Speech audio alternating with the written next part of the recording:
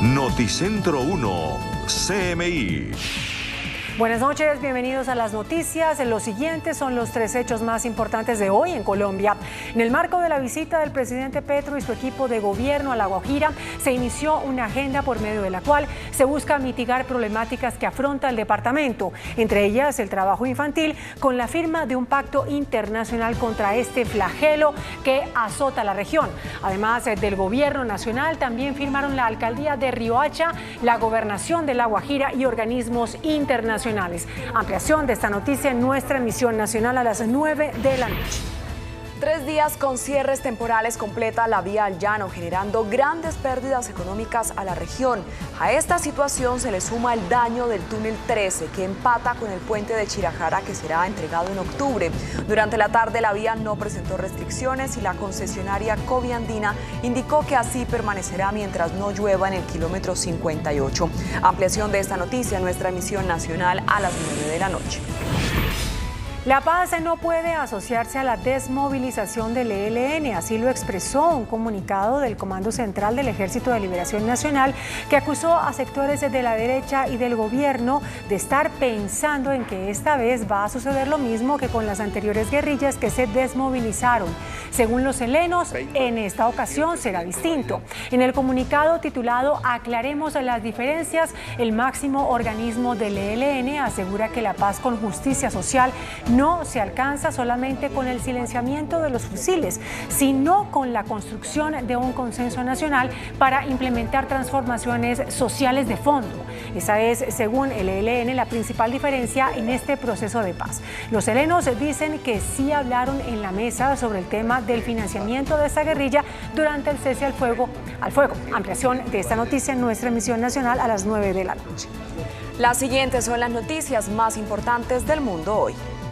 Vladimir Putin se posicionó como el garante de la paz en Rusia al asegurar que evitó un baño de sangre durante la breve rebelión de Wagner, cuyo jefe, Yevgeny Prigozhin, justificó la operación asegurando que fue para salvar al grupo paramilitar y no para tomar el poder. Más de 90 millones de personas están en alerta por clima severo y cerca de 8.000 vuelos han sufrido afectaciones por las fuertes tormentas y tornados que azotan el este de los Estados Unidos. Según el más reciente informe de la ONU, el número de consumidores de drogas aumentó un 23% en la última década hasta los 296 millones. La ex primera dama Sandra Torres disputará la presidencia de Guatemala en segunda vuelta con Bernardo Arévalo, el candidato sorpresa. El mandatario Nayib Bukele confirmó su precandidatura a reelección por la presidencia salvadoreña a pesar de la prohibición constitucional. Con Margarita Ortega y Luisa Tobo.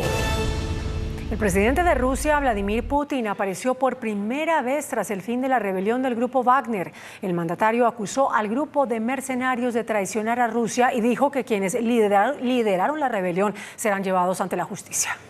El mandatario ruso Vladimir Putin se dirigió a su nación en un mensaje de video en la televisión estatal después de la rebelión del grupo armado Wagner durante el fin de semana. Putin aseguró que los que buscaron traicionar a Moscú serán llevados ante la justicia. Организаторы мятежа, несмотря на утерю адекватности, не могли этого не понимать. Все они понимали, в том числе то, что пошли на преступные действия, на раскол и ослабление страны, которая сейчас... Putin también agradeció a la mayoría de los mercenarios del grupo Wagner por no permitir que la situación se deteriore hasta convertirse en un derramamiento de sangre. Что их действия решительно отвергаются обществом. И каким трагическим, разрушительным последствиям для России, для нашего государства ведет авантюра, в которую их втравили. Por otro lado, el mandatario ruso ofreció a los mercenarios del grupo Wagner que se sublevaron que se unan al ejército regular del país o se marchen a Bielorrusia junto a Prigozhin. La rebelión de Yevgeny Prigozhin, líder del grupo Wagner, duró 24 horas y terminó el sábado por la noche con un acuerdo entre él y el Kremlin, mediado por el presidente bielorruso Alexander Lukashenko. El líder del grupo de mercenarios obtuvo garantías de inmunidad para él y sus hombres a cambio de poner fin a la sublevación. Este discurso de Putin se da luego de que el Kremlin intentara proyectar estabilidad en el país cuando las autoridades difundieron un video del ministro de Defensa de Rusia revisando tropas en Ucrania. El jefe del grupo paramilitar Wagner negó que quisiera tomar el poder en Rusia y justificó su rebelión asegurando que tenía como objetivo salvar su organización y poner en evidencia los graves problemas de seguridad en territorio ruso. En un audio de 11 minutos, Yevgeny Prigozhin rompió su silencio tras la fallida rebelión que intentó adelantar en contra de la cúpula militar rusa y que terminó tras un acuerdo alcanzado con Moscú gracias a la mediación del presidente de Bielorrusia, Alexander Lukashenko. El jefe del grupo de mercenarios Wagner negó que quisiera tomar el poder en Rusia y justificó su rebelión, asegurando que tenía como objetivo salvar su organización y poner en evidencia los graves problemas de seguridad en el país. Prigozhin no reveló su paradero en su primer mensaje de audio publicado desde que puso fin a su rebelión, pero sí aseguró que buscaba responsabilizar a aquellos que con sus acciones poco profesionales cometieron un número considerable de errores durante la operación militar especial en Ucrania. Según el multimillonario, que en el pasado fue muy cercano al Kremlin y era conocido como el chef de Putin, las fuerzas de Wagner no avanzaron más fue para no derramar sangre rusa. Y es que el líder mercenario del grupo Wagner pasó unos años en la cárcel y tiempo después llegó a ser conocido como el chef de Putin y ahora ha pasado a ser una gran amenaza para el mandatario ruso. El líder del grupo de mercenarios Wagner, Yevgeny Prigozhin, tiene 62 años y nació en San Petersburgo. Fue delincuente antes de convertirse en multimillonario y poderoso líder de un ejército privado. Prigozhin estuvo encarcelado en Rusia casi una década al final de la era soviética y luego pasó a ser vendedor de perros calientes en San Petersburgo antes de ir ascendiendo hasta codearse con las altas esferas como empresario hostelero. Su riqueza se la debe a sus negocios de restauración, pero sobre todo a los contratos públicos que consiguió en la época. Durante años, Prigozhin hizo el trabajo en las sombras para el Kremlin, enviando mercenarios de su grupo privado Wagner a escenarios de conflicto en Oriente Medio y África, siempre negando cualquier implicación. El mandatario estadounidense Joe Biden dijo que Occidente no tiene nada que ver con el motín de Rusia y pide coordinación a los aliados. El presidente de Estados Unidos, Joe Biden, remarcó que ni Occidente ni la OTAN estuvieron involucrados en el intento de rebelión del líder del grupo Wagner, liderado por Yevgeny Prigozhin, contra la cúpula militar y política rusa. They agreed with me that we had to make sure we gave Putin no excuse. Let me emphasize, we gave Putin no excuse to blame this on the West or to blame this on NATO. We made clear that we were not involved. We had nothing to do with it. This was part of a struggle within the Russian system. Por su lado, el secretario general de la OTAN, Jens Stoltenberg, dijo que lo del fin de semana es un asunto interno de Rusia, pero agregó que es otra demostración más del gran error estratégico que cometió el presidente Vladimir Putin. We are monitoring the situation in Russia. The events over the weekend are an internal Russian matter. And yet another demonstration of the big strategic mistake that President Putin made with his legal annexation of Crimea and the war against Ukraine. Stoltenberg aseguró que la alianza militar occidental está vigilando la situación en Bielorrusia y Rusia y volvió a condenar el despliegue de armas nucleares rusas en territorio bielorruso. La contraofensiva lanzada por Ucrania avanza en medio del caos tras la rebelión en Rusia. Y según informan las autoridades en Kiev, las tropas ucranianas han logrado reconquistar un total de 130 kilómetros cuadrados que estaban ocupados por los invasores rusos en el sur del país. El ejército ruso se estaría retirando en varias zonas ocupadas del sur y el este de Ucrania en medio del avance de la contraofensiva lanzada por Kiev hace unas semanas. Y según informa el Ministerio de Defensa ucraniano, sus tropas han logrado reconquistar hasta un total de 130 kilómetros cuadrados que estaban ocupados por los rusos al sur del país, donde Kiev continúa lanzando operaciones ofensivas en dirección a dos ciudades aún controladas por los soldados invasores.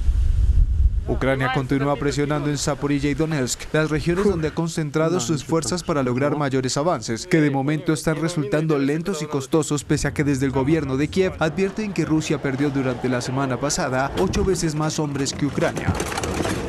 De acuerdo con el Instituto para el Estudio de la Guerra, las capacidades de Rusia de emprender operaciones ofensivas y defensivas en Ucrania no parece haber sido afectada en forma sustancial. Las fuertes tormentas y tornados dejan al menos 3 personas muertas en Arkansas e Indiana. Además, miles de vuelos han sido cancelados en Estados Unidos.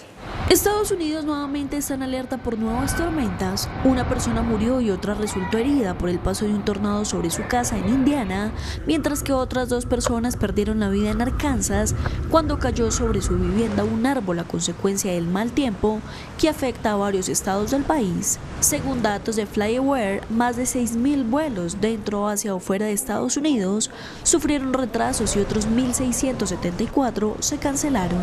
Además, más de 700.000 personas en toda la región están sin electricidad. Las autoridades informaron que al menos 90 millones de personas continúan bajo la amenaza de fuertes tormentas, principalmente en el Atlántico Medio. Un nivel 3 de 5, riesgo mejorado, se destaca para el Atlántico Medio y el noreste. Filadelfia, Baltimore, la ciudad de Washington y Raleigh, Carolina del Norte, se incluyen en el área de riesgo mejorado. El informe sobre drogas 2023 de la ONU reportó que el número de consumidores de drogas a nivel mundial aumentó un 23% en una década. El consumo de estupefacientes se mantiene elevado en todo el mundo, según destaca el nuevo Informe Mundial sobre Drogas 2023, elaborado por la Oficina de la ONU contra la Droga y el Delito. El número estimado de consumidores pasó de 240 millones en 2011 a 296 millones en 2021, un aumento del 23% debido en parte al crecimiento demográfico. Durante 2021, una de cada 17 personas de 15 a 64 años usó algún tipo de droga.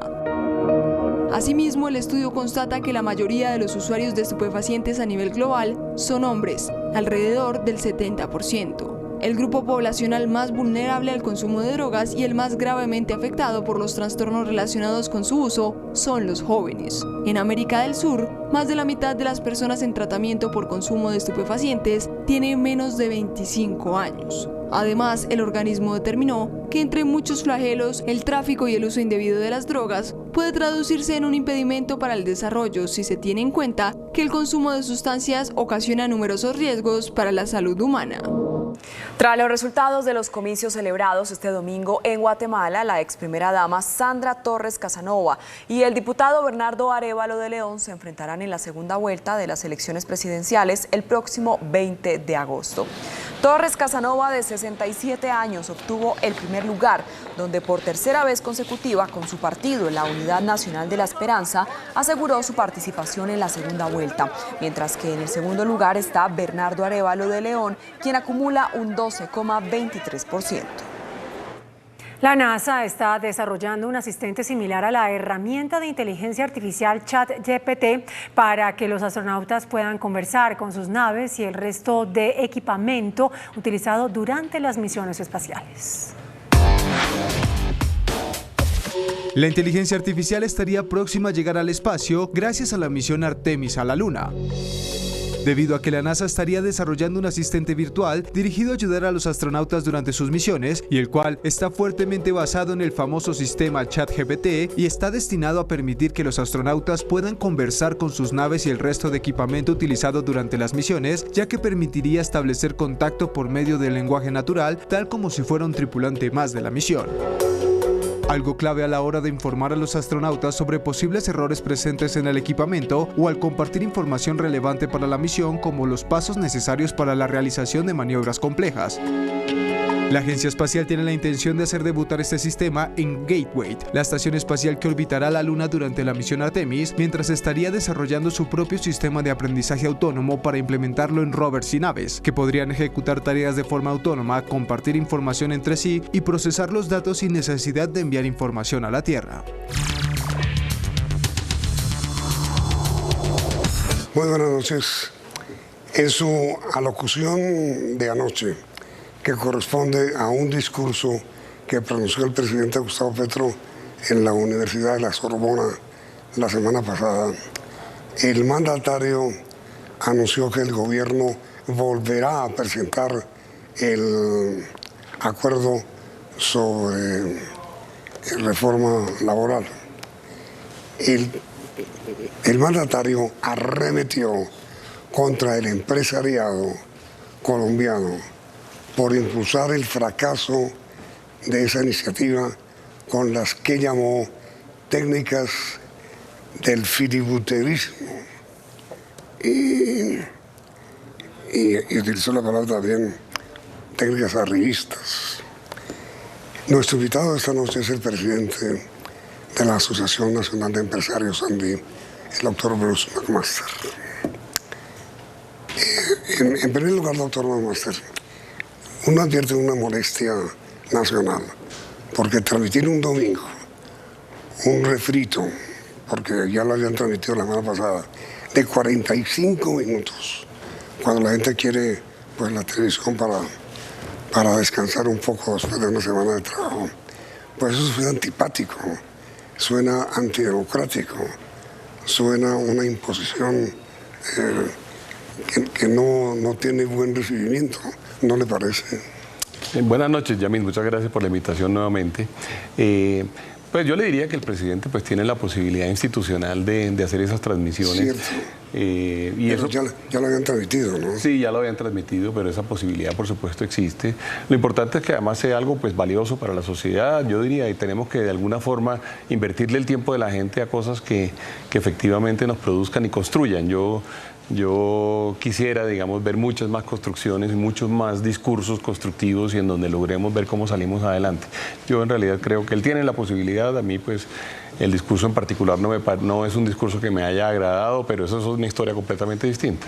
Sí, pero además, después de semejantes marchas que hubo en casi todo el país, Bogotá llenó la plaza.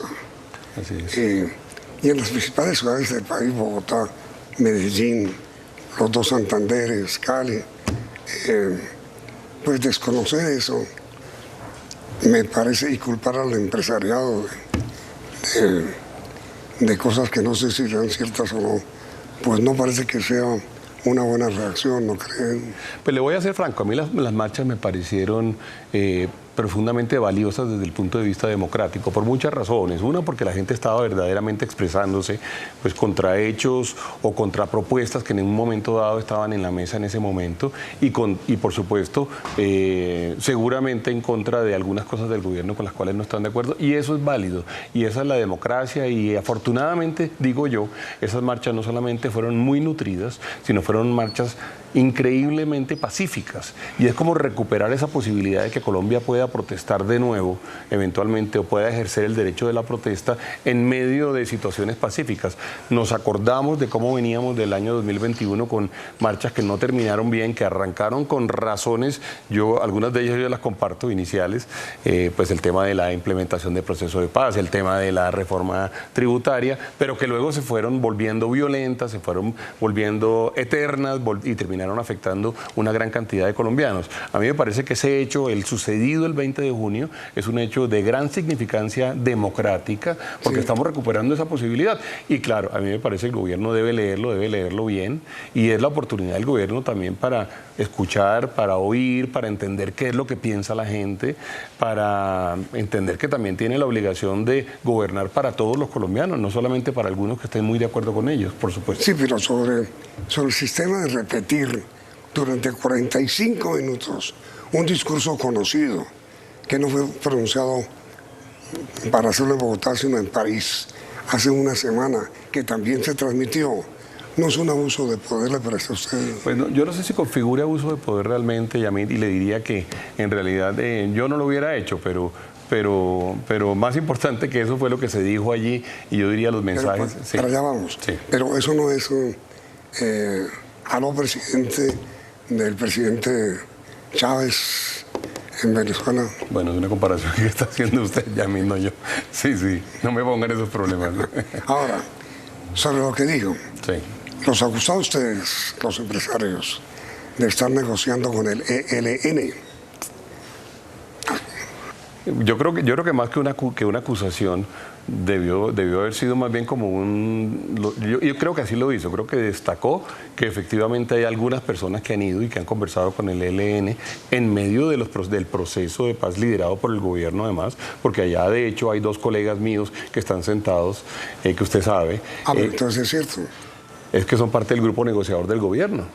Es que el grupo negociador del gobierno tiene 2 dirigentes gremiales incluidos dentro del grupo de negociación, lo cual, por cierto, le quiero decir, yo lo veo como profundamente valioso, que haya empresarios que efectivamente quieran seguir haciendo, o representantes de empresarios que quieran seguir haciendo, como queremos todos los seguramente dirigentes de gremios, esfuerzos para que Colombia logre lograr la paz. Yo creo que es más bien como una actitud supremamente meritoria. Sí. Y eso fue lo primero que él dijo. Y luego él dice o se menciona, digamos, y una palabra que él utiliza allí, pues un poco filibusteros, dice él. Me parece un poco agresiva la palabra. Y le voy a decir por qué, Yamil. Le voy a decir porque es que llevamos bastantes meses hablando de la reforma laboral, eso no es nuevo. Y le venimos diciendo desde la Comisión de Concertación, desde octubre, a la OIT, al gobierno, a los representantes de los trabajadores, que esa reforma era una reforma particularmente pobre en términos de mejorar las condiciones de todos los trabajadores colombianos, que se concentraba en un grupo muy pequeño de trabajadores, que son los formales que eventualmente tendrían ese beneficio, pero se olvidaba de la gran mayoría de los colombianos, que era una reforma que inclusive estudios de la Universidad de AFIT y estudios del de Fedesarrollo y estudios del Banco de la República puede producir que el índice Gini aumente, es decir, que la inequidad en Colombia aumente, es decir, la oportunidad que teníamos de hacer una reforma buena era muy grande. Lo dijimos por mucho tiempo. Claro que no hemos estado de acuerdo con ese texto de reforma porque nos parece que no atiende los principales problemas del mundo laboral colombiano. Ahora si quiere hablamos un poco de tercerización. Pero mira, primero, sí. ¿Cómo es eso de que dirigentes de la empresa privada están negociando con el ELN? No, yo creo que él se refiere exclusivamente a las personas que él nombró, que él designó dentro del grupo de negociadores representantes del gobierno. No es que lo estén haciendo a espaldas del presidente. No, yo no creo que haya nadie haciendo eso. Y yo estimo que lo que él quiso decir es que había personas que estaban yendo a ese grupo. ¿Por qué él les pidió? Pues él los nombró. Son nombrados por el gobierno y son nombrados por el presidente de la República. Recuerde usted que hay 2 presidentes de gremios que están yendo a esas negociaciones. La acusación directa a ustedes, que intervinieron debida o indebidamente, no sé, en el Congreso de la República. No, indebidamente espero que él no esté haciendo esas acusaciones. Lo que sí tenemos nosotros es el derecho democrático, profundamente democrático, de dar debates y de poder contarle al país lo que nosotros creemos alrededor de las reformas. De hecho, aquí estuvimos con usted, recuerdo, en el segundo semestre del año pasado, hablando de las reformas tributarias, de la reforma tributaria, y recuerda usted que yo le decía, lo que nosotros consideramos es nuestra mayor aspiración alrededor de la reforma tributaria, es lograr hacer la defensa del debate democrático, que Colombia siga teniendo y cada vez sea más rico, cada vez sea más amplio, más abierto, más participativo, debate democrático, donde podamos expresar lo que nosotros pensamos, aun si el gobierno no está de acuerdo. Y yo espero que el gobierno eso no le moleste y que el gobierno eso no lo considere, digamos, ni mucho menos un acto indebido. Lo seguiremos haciendo y es nuestra tarea seguir haciéndolo. El país espera que lo hagamos, pero además la Constitución lo permite. Entonces, nosotros claro que hemos ido al Congreso permanentemente a a hablar de la reforma. Es más, le quiero mostrar, nosotros le entregamos al Congreso este documento que lo hicimos solo para el Congreso, para decirle lo que nosotros pensábamos de cada artículo de la reforma y dónde estaban nuestras propuestas también. Pero es una crítica. Este documento termina criticando una muy buena parte de la reforma y diciendo esta no es la reforma que Colombia necesita hoy en día porque no favorece a los trabajadores colombianos, porque no favorece a los informales colombianos, porque termina afectando a las pymes, a las MIPYMES y a los emprendedores. Y decimos por qué y mostramos en el documento por qué estamos convencidos de ello. Hicimos el trabajo de ir donde todos los congresistas, sí, y demostrarlo, claro que sí. Por eso, entre otras cosas, si va a radicar nuevamente la reforma del gobierno nacional, nosotros esperamos que efectivamente se corrija. De lo contrario, pues nos tocará, por supuesto, seguir argumentando por qué nos parece que no es conveniente para el país y por qué a pesar de lo que se dice en términos, digamos, más o menos populistas, y es que favorece a los trabajadores, la verdad es que no favorece a todos los trabajadores, favorece a un grupo muy pequeño, genera desempleo, genera informalidad, lo dijo el Ministerio de Hacienda, lo dijo el ministro de Hacienda en la Comisión Séptima de Cámara de Representantes, lo dijo el Banco de la República. Entonces, ¿por qué no hacemos una reforma bien hecha, concertada, trabajada, conversada? Que yo creo que es el gran reto que tenemos hoy día. Estamos hablando de la reforma laboral que vuelve nocturna a la hora de 6 a 7, que aumenta el salario del día dominical o feriado, de esa reforma. Esa reforma incluye eso e incluye muchas otras cosas, sí, y sobre todo le faltan muchas cosas. Pero mire, ¿qué cosas incluye la reforma que ustedes objetan? Bueno, le voy a dar un ejemplo. El ejemplo de las pymes y de los emprendedores. Le voy a dar este ejemplo que es un ejemplo que lo quiero ilustrar bien. Si usted es un pequeño emprendedor, si usted es una pequeña empresa, por ejemplo, en Barranca Bermeja, y le quiere vender a Ecopetrol algo, almuerzos, tornillos, le quiere vender algo a Ecopetrol, resulta que esa reforma dice, usted si no le ofrece las mismas condiciones que Ecopetrol le ofrece a sus trabajadores, a los suyos, usted no le puede vender a Ecopetrol. Es decir, cualquier empresa pequeña que quiera venderle a Ecopetrol tiene que ofrecerle, por ejemplo, la educación superior a los trabajadores de su compañía para poder venderle a Ecopetrol. Lo mismo le pasa a los emprendedores. O lo mismo pasa con cualquier empresa que le quiera vender a un banco. Lo que dice es, si usted le va a vender a una empresa de un tamaño significativo, usted tiene que ofrecer las mismas condiciones a sus trabajadores que los que ofrece esa empresa. Eso acaba con el emprendimiento. Eso acaba con las pymes y las MIPYMES. Es muy grave, Yamit, es muy, muy grave, y yo diría que inclusive es un poco contradictorio de esa idea que tenemos y que además yo puedo compartir de que se apoya a la economía popular o a la economía informal o se apoye eventualmente a las personas que no han logrado estar en la formalidad. Yo puedo entender y nosotros podemos compartir eso. Es decir, la reforma laboral que acaba de fracasar en el Congreso no es lo que realmente la gente cree que es. Yo tengo esa impresión, que se ha vendido la idea de que la reforma era muy buena para los trabajadores y que hubo una gente que no la quiso aprobar. Y es todo lo contrario. En el sentido de que volvían nocturna una hora que no la es y aumentaban Claro, y tiene partes que pueden ser buenas. Y de hecho usted no va a encontrar una sola declaración mía alrededor de las horas nocturnas o de los dominicales, porque nosotros esa discusión no la hemos dado. Nosotros discutimos mucho lo de la tercerización, discutimos mucho lo de las pymes, las MIPYMES, discutimos mucho lo de los emprendedores. Discutimos inclusive algo que parece curioso que lo hagamos nosotros, y es que se le quita a los sindicatos de empresa la posibilidad de negociar sus convenciones colectivas porque se le pasan a las centrales de trabajadores. Dijimos, con esas negociaciones de rama, si uno termina teniendo esas negociaciones en forma masiva, el sindicato no servirá para casi nada o para prácticamente nada. Eso fue lo que dijimos. Y dijimos, oigamos a los técnicos. Y los técnicos nos están en este momento levantando una alerta muy grande que dice, pilas, que esa reforma manda a cerca de 500.000 personas a sus casas sin empleo. Y uno no puede ignorar eso, Yamil. No es razonable. Dígame. Pero, a ver, doctor Bruce, ¿por qué razón, qué artículos concretos la reforma laboral que presentó el gobierno producirá desempleo?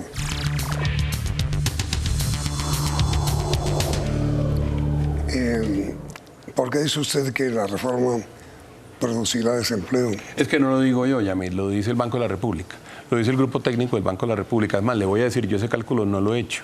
Eso lo dice el Banco de la República. El Banco de la República saca una gran conclusión en donde dice los costos laborales que se están produciendo derivados de la reforma producen desempleo.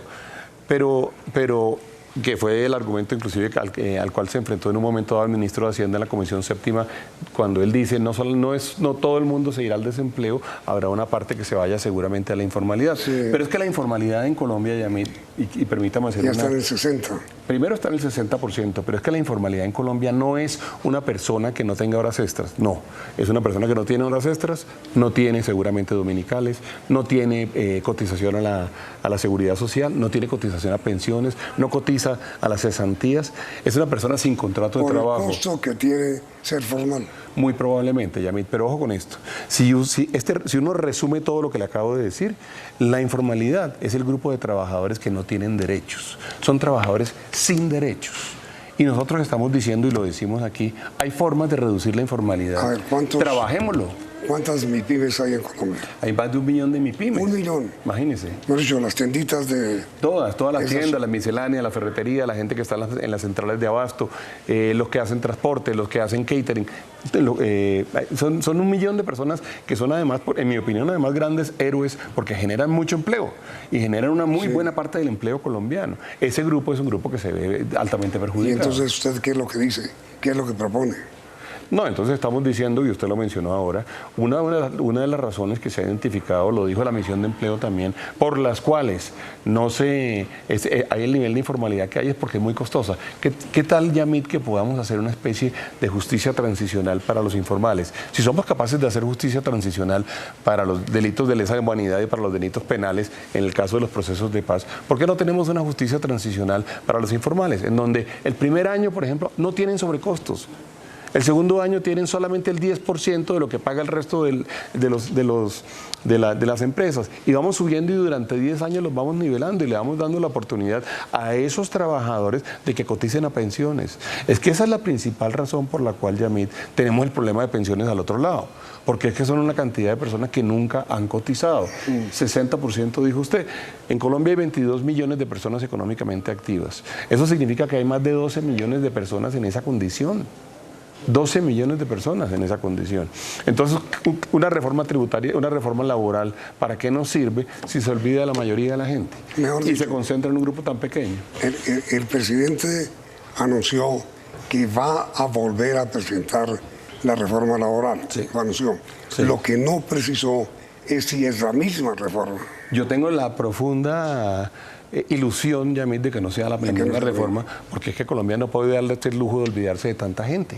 No podemos darnos el lujo, negar el problema estructural, o los dos problemas estructurales que tiene nuestro mundo laboral, que son la informalidad y un desempleo superior al 10%, es taparse los ojos con las manos y concentrarse en un grupo pequeño de personas para producir algunos beneficios. Entonces, si efectivamente estamos interesados en reducir la equidad, si efectivamente estamos interesados en el trabajo decente, en eliminar la precarización, en darle oportunidades a todos los colombianos, pues hagamos una reforma laboral que mitigue y ojalá elimine estos dos que son realmente los grandes pecados de nuestra economía en lo laboral. Y mire, doctor Bruce, cuando todo el mundo esperaba que después de las marchas contra el gobierno, el presidente reaccionara muy afirmativamente, aceptando pues que el gobierno pudo haber cometido errores y que vale la pena conciliar, arreglar. Fue todo lo contrario la reacción, arremeter. A mí me parece que este gobierno tiene una oportunidad alrededor de lograr algunos acuerdos importantes, sociales, grandes, también económicos, pero para eso, Yamit, necesitamos tener gran serenidad, necesitamos tener sosiego, necesitamos tener buena voluntad todos, necesitamos invitarnos los unos a los otros a sentarnos a las mesas a trabajar, oír al otro, Yamit. A mí no me sirve de nada, realmente se lo digo sinceramente, que yo haya podido ir, por ejemplo, a la plenaria de la Cámara de Representantes a hablar, o de la Comisión Séptima, a hablar, si al final el gobierno no va a escuchar o si al final no va a haber realmente dentro de los congresistas del pacto histórico la capacidad de poder mejorar las reformas. Eso termina siendo un acto meramente protocolario que nos lleva, digamos, a reproducir los errores históricos de nuestro país. Yo creo que hay una gran oportunidad y esa oportunidad yo creo que se produce con la capacidad que tenga el gobierno de liderar el diálogo, el consenso, la concertación. Me parece que el gobierno tiene la oportunidad de tener un lenguaje muchísimo más abierto, muchísimo más comprensivo, muchísimo más, diría yo, de construir cosas y yo creo que nosotros estamos más que dispuestos a hacerlo. Sí, el presidente dijo que él no está haciendo ni va a hacer un gobierno comunista, así lo dijo, y que en consecuencia él no está gobernando contra los empresarios. La ANDI, doctor Bruce, ha recibido últimamente alguna invitación del presidente de la República para conversar. Yo he conversado con el presidente, le debo decir, Yamil, y yo de eso sí no me puedo quejar. Yo he tenido la oportunidad de sentarme con él en tiempo amplio. Hemos hablado... ¿Hace poco? Pues la última vez fue hace 2 o 3 meses. No. Bueno, pero... ¿Antes de...? ¿De qué? Antes de que se rompiera la coalición. Sí, realmente sí, justo antes de eso, pero yo no creo que esas puertas hayan sido cerradas y yo sí tengo la ilusión de que nosotros podamos trabajar conjuntamente. Vea, y a mí me preocupa mucho, Colombia es un país con unas violencias tan antiguas, con unas polarizaciones tan fuertes, es que nosotros todos hemos vivido momentos de profunda violencia y usted toda su vida, yo toda mi vida hemos vivido de eso y hemos tratado de superarlas. Algunas de ellas no las hemos podido superar. No creo que ganamos mucho si alimentamos, digamos, el lenguaje agresivo y no creo que ganamos mucho si alimentamos el lenguaje polarizante. Creo que ganaríamos mucho, sí, mucho, realmente, si somos todos capaces de sentarnos, aunque tengamos diferencias, sí, porque las vamos a tener. Pues hombre, quienes se sientan a dialogar sobre problemas es porque tienen diferencias. Sí, los otros pues hacen fiestas, exactamente. Uno realmente se sienta a dialogar y produce resultados buenos para el país. Y yo creo que esa oportunidad la tenemos. Y de parte nuestra siempre va a encontrar el presidente esa voluntad y yo espero poder encontrar de él y por supuesto de sus ministros y de sus representantes mecanismos. Tuvimos la semana pasada el foro de salud de la ANDI y le voy a confesar que tuvimos buenas conversaciones con el viceministro de salud, con el superintendente de salud, con el director de la ADRES, buenas conversaciones. Bueno, tenemos que buscar la forma de que esto se convierta en hechos concretos que se transfieran en bienestar de la gente. Durante todos los años que usted lleva como presidente de los empresarios, doctor Bruce, ha mostrado que es un hombre conciliador en todas las circunstancias que ha tenido que afrontar la conciliación. ¿Por qué no llama al presidente? Le cuento que ya lo llamé. No he recibido la respuesta todavía. Sí. Y yo espero, digamos, poder sentarme con él y decirle, vea, presidente, tenemos una oportunidad única, de oro, de trabajar conjuntamente. Sí. A mí me parece que toda esta historia, digamos, de las discusiones que no andan, de la gente que cree que lo que dice el otro o es una tontería o es una trampa, todo eso tenemos que superarlo, sí, y empezar a trabajar conjuntamente. ¿Y no le ha respondido? Bueno, pero fue hoy, digamos, los presidentes son ocupados, ¿no? Entonces... ¿Te pidió cuándo? ¿Ayer? ¿Hoy? Sí. ¿Hoy? Sí, hoy. ¿Hoy? Sí. Ah, bueno. Sí. Los presidentes son personas ocupadas, yo no espero que el presidente me conteste inmediatamente. Ah, bueno, pero seguramente lo llamará. Espero que sí. No, yo creo, el presidente es un hombre conciliador. Pues yo tengo una relación muy cordial con él, para serle franco, a pesar de que tenemos diferencias ideológicas, claro, evidentes y económicas, pues, pero sí, yo tengo una relación cordial con él. Pues cuando lo reciba y hablen, lo vuelvo a llamar. No sé si le cuento, Yamil. Me alegra mucho, doctor Ruz, que usted dando estos pasos para no seguir en esta polarización, ¿no le parece? Es que no produce nada, Yamil. Realmente no tiene ningún... Perdemos mucho tiempo. Sí. Le voy a poner un caso, si no solucionamos, por ejemplo, el tema de salud pronto... Y nadie gana. Nadie gana. Y vamos a tener pacientes no atendidos y vamos a tener personas con problemas en los hospitales. Tenemos que generar soluciones pronto, muchas. Y tenemos que hacerlo toda la sociedad. El presidente es el presidente de 50 millones de personas. No es el presidente solo del grupo que lo apoya, es el presidente de 50 millones, lo respetamos, lo entendemos como tal y esperamos de él su liderazgo para producir estos acuerdos. Usted, doctor Bruce, ¿qué tipo de relaciones ha tenido con él, con el presidente?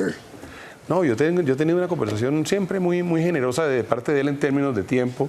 Pero digo, sí, pero se entienden. Pues yo siento que sí, pero... Se comprenden, cada cual desde su... Yo siento eso, Yamil, yo siento eso, por eso me atrevo también a veces a decirle, presidente, sentémonos y trabajemos más y sentémonos y revanguémonos y saquemos soluciones. Tenemos un grupo importantísimo de gente, de muchas personas que están proponiendo en este momento cosas. Utilicemos sus ideas, utilicemos su voluntad, utilicemos su capacidad además de hablar con otras personas. Yo creo que esa oportunidad es una oportunidad que no deberíamos perder. Es decir, a pesar de las diferencias obvias, ¿usted cree que es un buen negociador el presidente? Él sin duda es un buen negociador y él se ha sentido negociador toda la vida, pero le voy a ser franco, hay momentos en los cuales no se trata de negociar el uno contra el otro, sino de sentarse del mismo lado de la mesa a construir enfrente del futuro. Y es un poco la invitación que yo siempre he tratado de hacer. Y buscar soluciones. Es que tenemos que buscar soluciones, tantos son los retos que tenemos, Yamil. En los niveles de pobreza, los niveles de desempleo, la inequidad, reparar a las víctimas. Tenemos innumerables retos en este momento que solamente los vamos a sacar adelante si trabajamos juntos. De acuerdo. Mucha suerte, doctor Ruz. Gracias, Yamil. Se la merece. Muchas gracias. Y a usted, televidentes, gracias por la sintonía. A usted también, doctor Ruz. No, Yamil, y los invito a continuar aquí en Noticientro 1. Iniciamos nuestra segunda hora de noticias. El presidente Gustavo Petro y todo su gabinete gobiernan desde esta noche en La Guajira. Hay medidas para garantizar el orden público, combatir el trabajo infantil y construir una nueva cárcel. Gerardo Aristizábal está en Riohacha, donde se desarrolla un consejo de seguridad. Gerardo, buenas noches. Detalles de las primeras determinaciones del Ejecutivo. Margarita, televidentes de Noticentro 1 CMI, pues el Consejo de Seguridad sigue encabezado por el presidente de la República, Gustavo Petro, aquí en el Comando Departamental de la Policía. Hemos sacado de esa reunión muy amablemente al doctor Luis Fernando Velasco, ministro del Interior. Señor ministro, gracias por aceptar esta invitación para contarles a los televidentes de Noticentro 1 CMI qué decidieron en ese consejo, qué están decidiendo. Margarita, Gerardo, ¿qué hicimos? Llegamos, tuvimos un trabajo con autoridades regionales y locales.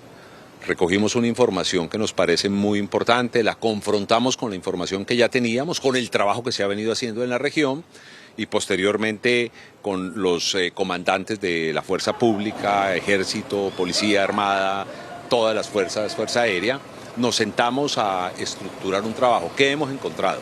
La Fuerza Pública tiene una información bastante certera de los grupos que están afectando la seguridad de La Guajira. Con extorsión, me decía usted. Extorsión, secuestro, hay enfrentamientos incluso entre esos grupos por controlar rutas de tráfico de drogas, especialmente exportación. La Guajira no es un productor de coca, no es un mayor productor, es más una zona de tránsito.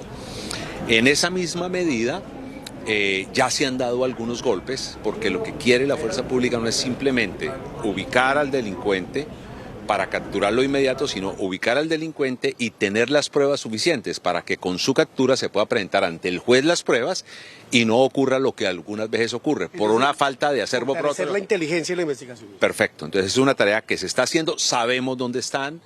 De alguna manera ya hemos golpeado a algunos, en otros casos las estadísticas que entrega la misma policía, que ahora queda entregársela a los señores periodistas, señalan que este primer semestre ha bajado un poco los índices de delincuencia en todos los niveles, menos en el de hurto a personas, que subió en el 1%, pero lo demás, homicidios, extorsiones, ha bajado en un 3,7 y 11%, todavía es muy poco porque queremos ser mucho más ambiciosos. Señor ministro, muchas gracias, lo prometido, 2 minutos con usted. Muchas gracias a atender a los demás colegas, por supuesto, pero antes del ministro del Interior, Luis Fernando Velasco, la ministra de Trabajo, Gloria Inés Ramírez, firmó un pacto para combatir la explotación sexual en tema de violencia de tipo también laboral que se encontró aquí en el departamento de La Guajira. En el marco de la visita del presidente Petro, su equipo de gobierno inició con una agenda por medio de la cual se busca mitigar problemáticas que afronta La Guajira, entre ellas el trabajo infantil, con la firma de un pacto internacional contra el trabajo infantil en el departamento. Hacer un pacto que nos permita hacer una atención directa a estos 308 menores que hemos encontrado y en situación de trabajo infantil. Y de igual manera vamos a atacar un problema también renuente, que son 45 niños y niñas que hemos encontrado en explotación sexual. Además del gobierno nacional, también firmaron la alcaldía de Riohacha, gobernación de La Guajira y organismos internacionales como OIM, OIT y Maltreser Internacional. La ministra continuó su agenda reuniéndose con agremiaciones de transportadores y artesanos del distrito de Riohacha con el fin de socializar el proyecto de reforma laboral. Recordemos que el presidente Gustavo Petro se ha trasladado con todo su gabinete ministerial. Y uno de los ministros que habló con nosotros fue Ricardo Bonilla, el jefe de las finanzas nacionales. Ha dicho que con la adición presupuestal de 16,9 billones de pesos aprobada por el Congreso de la República, ahora sí los ministros no tienen excusa y llegó la hora de ejecutar, de hacer las obras. Obras civiles tienen plata para que se produzca el cierre financiero de varios proyectos y con ese cierre de varios proyectos podamos ejecutarlos, podamos comprometerlos, todos los privados los que los van a ejecutar. Nosotros lo único que hacemos es sacar la convocatoria y garantizar financieramente los proyectos. La obra la hacen los privados. Y en obras civiles, en vivienda, ya se rompió el círculo vicioso de que no estaban ajustados el subsidio de cuota inicial y el subsidio de tasa de interés. Ambos ya quedaron ajustados y por lo tanto ahora sí pueden aplicarse para las nuevas viviendas. En Noticentro 1 CMI también dialogamos con Néstor Osuna, ministro de Justicia. Estuvo recorriendo el departamento y anunció la construcción de una nueva cárcel que ya lleva obra del 30%. Una cárcel de 1.600 cupos, va en el 30% de la construcción. Hoy estuve visitando las obras porque la cárcel de Riohacha está ya, se quedó pequeña, está vieja, tiene ya algunos problemas estructurales. Queremos construir más casas de justicia. Luisa Fernanda, mañana el presidente Gustavo Petro tendrá agenda en Nazaret y luego en Uribia. Por el momento, esta es toda la información que adelantamos desde Riohacha. Gerardo Aristizábal, Noticentro 1, CMI. Gerardo, muchas gracias. La Contraloría General denunció que a partir de julio podría suspenderse el programa de alimentación escolar en el departamento de La Guajira. El suministro de alimentos para 122.653 estudiantes estaría en riesgo. La Contraloría advierte que en el PAE que administra la Gobernación de La Guajira solo están garantizados 87 días de alimentación de 180 días contratados. Faltan 14.000 millones de pesos para continuar financiando el programa. Si no se consiguen los recursos, quedarían afectados 81.479 estudiantes, 30.000 de ellos pertenecientes a pueblos indígenas. En todo caso, la Contraloría advierte que por inconvenientes con contratistas, 4.349 beneficiarios pertenecientes a comunidades indígenas no han recibido alimentos en lo que va corrido del 2023. A propósito, la Procuraduría destituyó a la exsecretaria de Educación de La Guajira, Beli Josefina Geneco Terán, por irregularidades en la ejecución del PAE de 2015. El concesionario Coviandina trabaja en la vía al llano para recuperar los tramos afectados por derrumbes que han generado cierres temporales en la vía Bogotá-Villavicencio. Como un dolor de cabeza calificó el gobernador del Meta a los nuevos cierres de la vía Bogotá-Villavicencio por caída de piedra y lodo en el kilómetro 58. Es que a esto hemos estado sometidos durante muchísimos años y no vemos voluntad de verdad. Insisto, y no solamente con este nuevo gobierno. Indicó con la desidia del Invías tienen esta situación a los usuarios de la vía. Advertimos y anunciamos que la construcción del viaducto no lo hicieran por el Invías, que es absolutamente demorado. Debió haber sido contratado vía emergencia y ya lo tendríamos como una solución. 3 días con cierres temporales completa la vía al llano, generando grandes pérdidas económicas a la región. Una disputa entre comunidades indígenas provocó bloqueos intermitentes en la vía panamericana entre Popayán y Cali. Comunidades indígenas del pueblo Mixac bloquearon la vía panamericana que conecta Popayán con la ciudad de Cali, a la altura del resguardo de La María, municipio de Piendamó. El taponamiento se presenta en medio de un conflicto entre MISAC y el Consejo Regional Indígena del Cauca CRIC por supuestas vulneraciones al territorio a raíz de la junta directiva del CRIC para los días 28, 29 y 30 de junio, lo que ha generado oposición de los comuneros. Ha violentado pues la inscripción de nuestra autoridad y eso es lo que pues hoy denunciamos a todo Colombia, la intromisión que hace el CRIC año tras año y que está haciendo en este momento a nuestra comunidad MISAC. También se mandató de que no se crearan otros resguardos alrededor de un resguardo ya legalmente constituido. Cientos de vehículos están represados en la carretera por el paso intermitente de la vía panamericana. El magistrado de la Corte Constitucional, Jorge Ibáñez, presentó una ponencia que pide tumbar la ley de paz total promovida por el gobierno de Gustavo Petro. El magistrado Jorge Ibáñez es ponente en la Corte Constitucional de una demanda que pide tumbar la Ley 2272 de 2022, con la que el gobierno de Gustavo Petro pretende adelantar negociaciones con grupos armados. Para el magistrado Ibáñez, la Ley de Paz Total es inconstitucional y por ello debe caerse. La procuradora Margarita Cabello piensa igual a Ibáñez al considerar que la ley debe caerse al permitir nuevas negociaciones con disidentes de procesos de paz. La sala plena de la Corte deberá debatir en los próximos meses si acoge o no esta ponencia. La paz no puede asociarse a la desmovilización del ELN, así lo expresó en un comunicado el Comando Central del Ejército de Liberación Nacional, que acusó a sectores de la derecha y del gobierno de estar pensando que esta vez va a ocurrir lo mismo que con las anteriores guerrillas que se desmovilizaron. Según el ELN, en esta ocasión será distinto.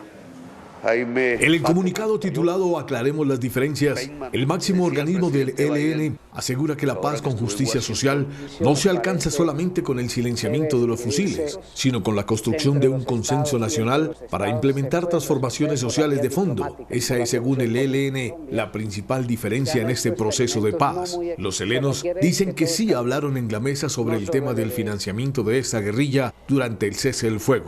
Incluso se está pensando que el ELN debe ser asfixiado económicamente para obligarlo a la dejación de armas y que sus combatientes puedan ser financiados cuidando parques o cosas por el estilo. Esto no va a pasar. El tema del financiamiento de la fuerza combatiente en un cese del fuego se ha colocado en la mesa de diálogos y la comunidad internacional lo sabe. Por tanto, hemos cumplido con nuestras responsabilidades. Y el ELN liberó a 4 trabajadores de la alcaldía de Santa Rosa al sur de Bolívar.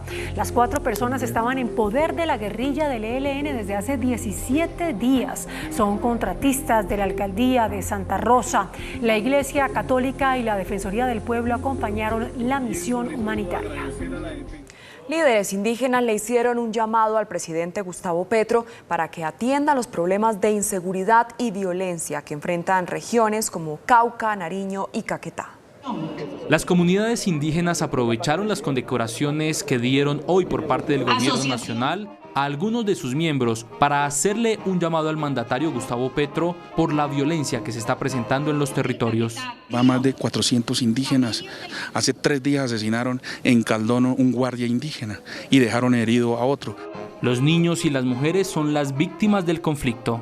Está muriendo la población civil, se están muriendo los niños de Colombia, que creo que es especial atención ponerle a esto. Están reclutando a los niños. Exigieron mayor presencia de fuerza pública en los territorios. El jefe de seguridad de la Casa de Nariño, coronel Carlos Feria, y 2 uniformados más aseguraron ante la Fiscalía que el fallecido coronel Oscar Dávila fue quien ordenó la prueba de polígrafo en el caso del hurto a la ex jefe de gabinete Laura Saravia. La controversial prueba del polígrafo a la que fue sometida la ex empleada de Laura Saravia, Marelvis Mesa, para encontrar un dinero extraviado de Saravia, aún es un hecho que está en proceso de investigación por parte de la Fiscalía ante un posible abuso de autoridad y peculado por uso. Incluso fuentes del proceso confirmaron que el jefe de seguridad de Palacio, el coronel Carlos Feria, y el capitán Elkin Gómez, comandante de la oficina de polígrafo, y el intendente John Sacristán, poligrafista, ya le entregaron su versión a la Fiscalía, apuntando 2 temas centrales. El primero y más relevante, que supuestamente el coronel Oscar Dávila fue quien ideó hacer la prueba. Y en segunda medida, que no hubo nada ilegal en esa prueba. Todo el procedimiento se sujetó a los mandatos constitucionales y legales. Coincidencialmente, la versión de los uniformados fue entregada a la Fiscalía el mismo día que Medicina Legal reveló que el coronel Dávila se quitó la vida. La Fiscalía notificó a la policía sobre la expedición de 265 órdenes de captura contra presuntos integrantes del Clan del Golfo. Entre las órdenes de detención aparece alias Gonzalito y otros jefes del grupo narcotraficante, quienes estarían implicados en cientos de delitos como ataques a la fuerza pública y la población civil en los últimos 5 años. Duro mensaje de la alcaldesa de Bogotá, Claudia López, al gobierno venezolano por no combatir a la organización criminal del Tren de Aragua. La mandataria criticó la poca colaboración y dijo que Bogotá no negociará con criminales. Duro golpe al Tren de Aragua en Bogotá. La alcaldesa Claudia López anunció la captura de 23 integrantes de esta organización criminal de origen venezolano. A la fecha van 128 capturas. Pese al esfuerzo de las autoridades, esta banda parece un monstruo de 1000 cabezas. Quiero lamentar que no hemos recibido la menor colaboración hasta el día de hoy del gobierno de Venezuela para esa persecución criminal. Pero en Colombia sí hay Estado, sí hay seguridad, sí hay justicia. Y es que en la última operación contra el Tren de Aragua se identificó que los cabecillas siguen mandando desde la cárcel en Venezuela. En Bogotá no se negocia ni se negociará nunca con el crimen organizado. En Bogotá se combate el crimen organizado. Aquí no habrá nunca pactos de gobernabilidad y de hagámonos pasito con organizaciones criminales. Los integrantes de esta organización criminal serán procesados por los delitos de homicidio, concierto para delinquir, narcotráfico y extorsión. Aunque el proyecto de regulación de la marihuana recreativa se hundió en el Congreso, el Consejo Superior de Política Criminal destacó que la iniciativa es necesaria para proteger los derechos de quienes consumen cannabis.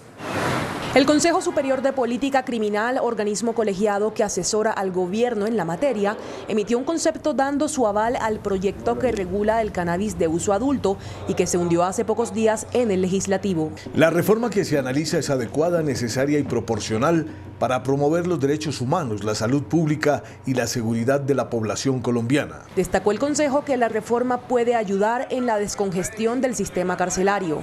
Es una vía para que no se produzcan nuevas detenciones por razón del consumo de cannabis con fines de uso adulto. También destacaron que el proyecto busca el respeto de los derechos fundamentales de aquellos adultos que acuden al uso del cannabis. A propósito, hoy fue divulgado el más reciente estudio de consumo de sustancias psicoactivas realizado por la Alcaldía de Bogotá. La marihuana es la sustancia ilícita de mayor consumo en la capital del país. El 14.95% de las personas encuestadas dice haberla consumido. El presidente del Fondo Nacional del Ahorro, Gilberto Rondón, guardó silencio al ser interrogado por la Corte Suprema en el marco de una indagación contra 19 congresistas liberales. El presidente del Fondo Nacional del Ahorro fue citado a declarar por la Sala de Instrucción de la Corte en el marco de una indagación que pretende establecer si hubo o no favorecimiento en el fondo a congresistas del Partido Liberal mediante la contratación de allegados o recomendados. De acuerdo a denuncias periodísticas, los congresistas habrían enviado hojas de vida al fondo en la coyuntura del trámite de la reforma a la salud. En este momento mi estatus es que estoy sometido a un juicio penal y a un juicio disciplinario. Y como tal, tengo un derecho, que es un derecho constitucional universal, que es el derecho a guardar silencio. El director aseguró que guardará silencio ante la Fiscalía, donde avanzan denuncias por este mismo caso. Por supuesto que soy totalmente inocente. La Corte Constitucional recordó que las EPS están obligadas a autorizar cirugías estéticas con fines funcionales o reconstructivos. Al analizar una tutela de una mujer a la que le negaron una cirugía para retirar piel colgante por bajar de peso tras un diagnóstico de obesidad, la Corte reiteró que las EPS no pueden negar ese tipo de procedimientos estéticos que no son para embellecer, sino para mejorar la calidad de vida de los pacientes. Las cirugías estéticas funcionales pueden ser solicitadas por los usuarios a sus respectivas EPS cuando cuentan con una orden médica. La jurisprudencia constitucional ha enfatizado en que tales entidades no pueden negar la prestación de estos servicios. La EPS de este caso se había negado a practicar la cirugía, alegando que era un procedimiento de embellecimiento no autorizado.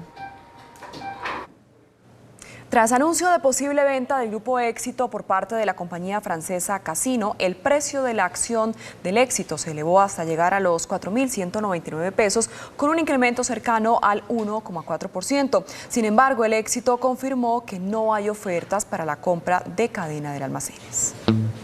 En medio de una gran deuda de casi 7.000 millones de dólares que ha tratado de subsanar desde hace varios meses, pero que no ha podido saldar, La empresa francesa Casino reveló su deseo de separarse de sus filiales en Brasil y Colombia. En el caso de nuestro país, Casino anunció que venderá los almacenes Éxito, gran cadena de supermercados que se ha hecho muy popular en territorio nacional. Con los ingresos que actualmente tiene, Grupo Éxito podría costar alrededor de 1.300 millones de dólares, lo que equivale en pesos colombianos a 5,4 billones de pesos. A finales de 2022, sus actividades representaron para Casino una facturación de 9.400 millones de dólares y contaba con casi 1.000 tiendas en Brasil y más de 2.100 en Colombia. 3/4 partes de sus casi 200.000 empleados trabaja en Sudamérica.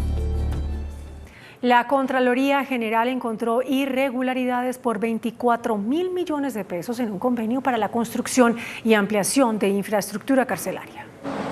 En una auditoría a la Unidad de Servicios Penitenciarios y Carcelarios USPEC, la Contraloría encontró la presunta pérdida de 24.140 millones de pesos por irregularidades en un convenio suscrito en 2016 con el extinto Fondo Financiero de Proyectos de Desarrollo FONADE, hoy en territorio.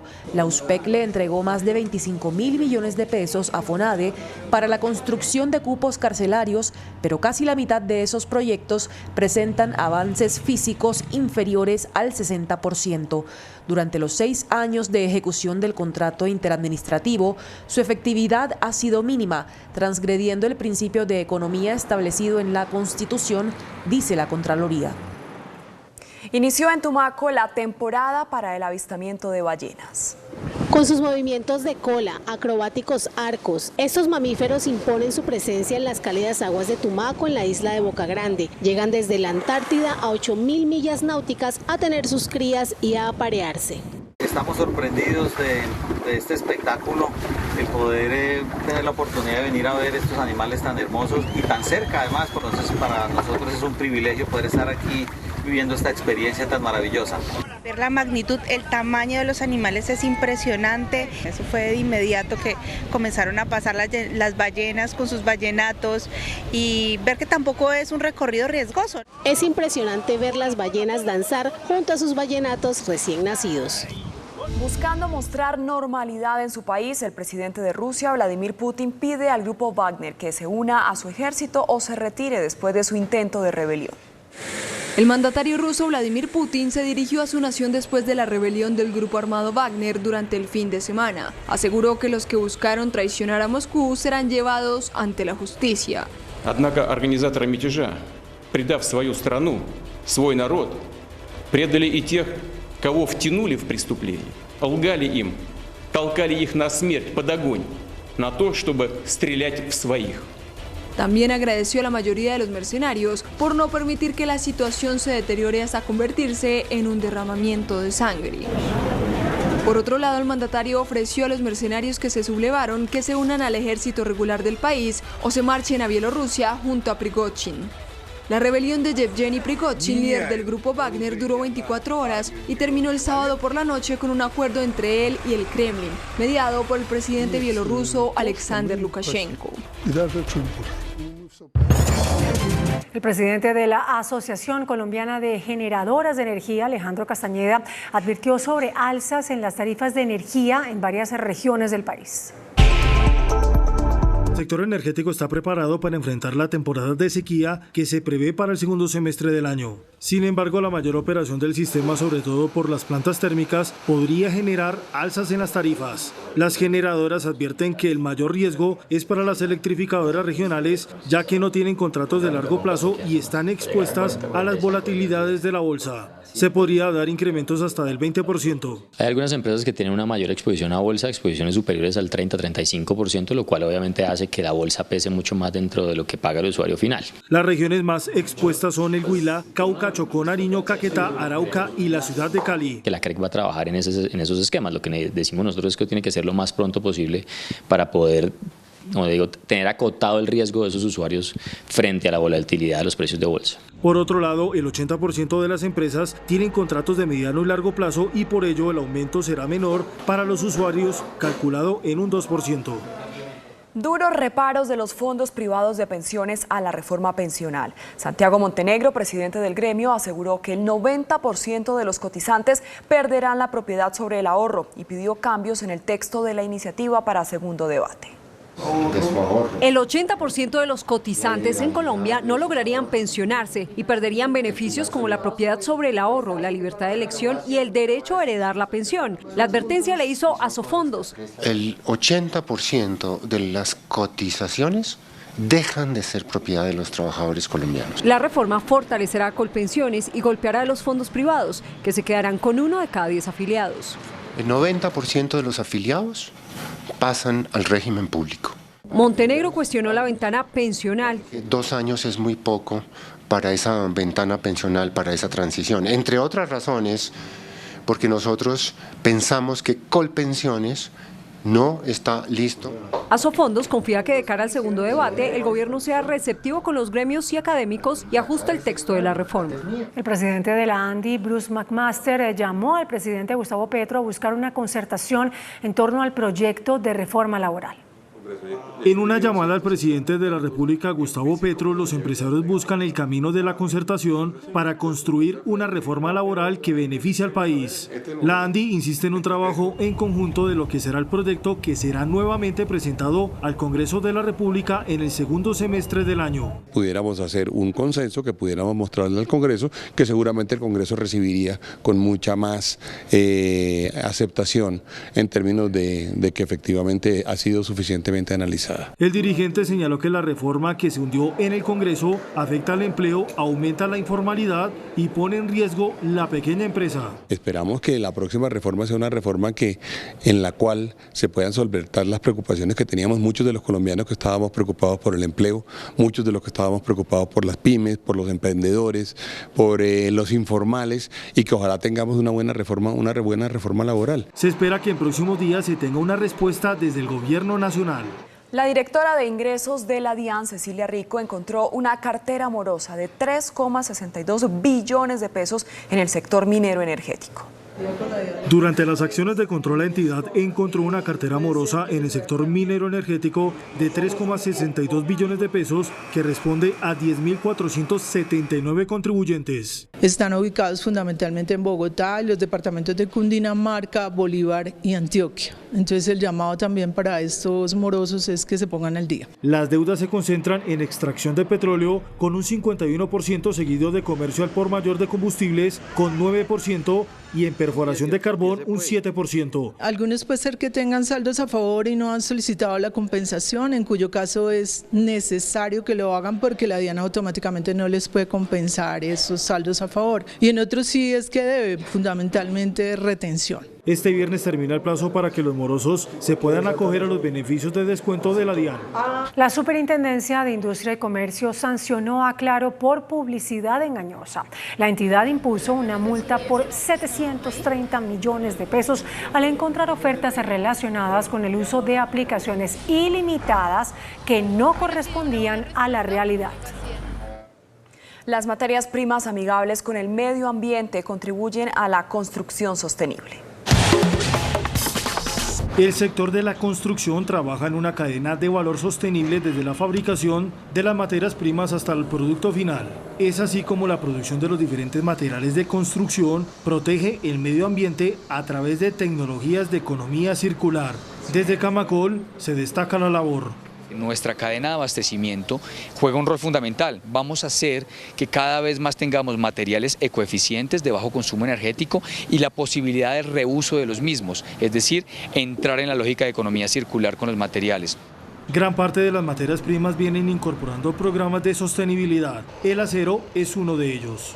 El 80% del acero que se produce en Colombia se recicla a través del uso de la chatarra y eso permite que sea un material ecoeficiente por definición, pero sobre todo que su uso pueda traspasar, digamos, el tiempo y pueda mantenerse a lo largo de las próximas décadas.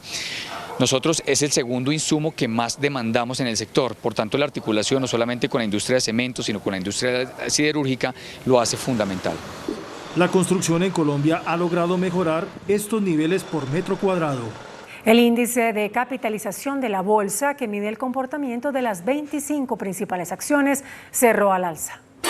El índice selectivo MSCI Colcap de la Bolsa de Valores de Colombia subió 0,43% a 1.138 puntos.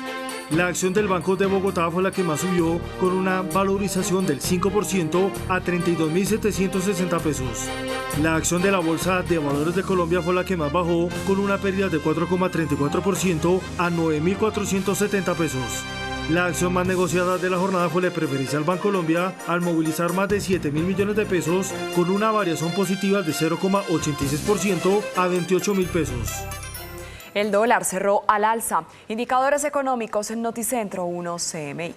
La tasa representativa del mercado que regirá para mañana martes será de 4.172 pesos con 33 centavos.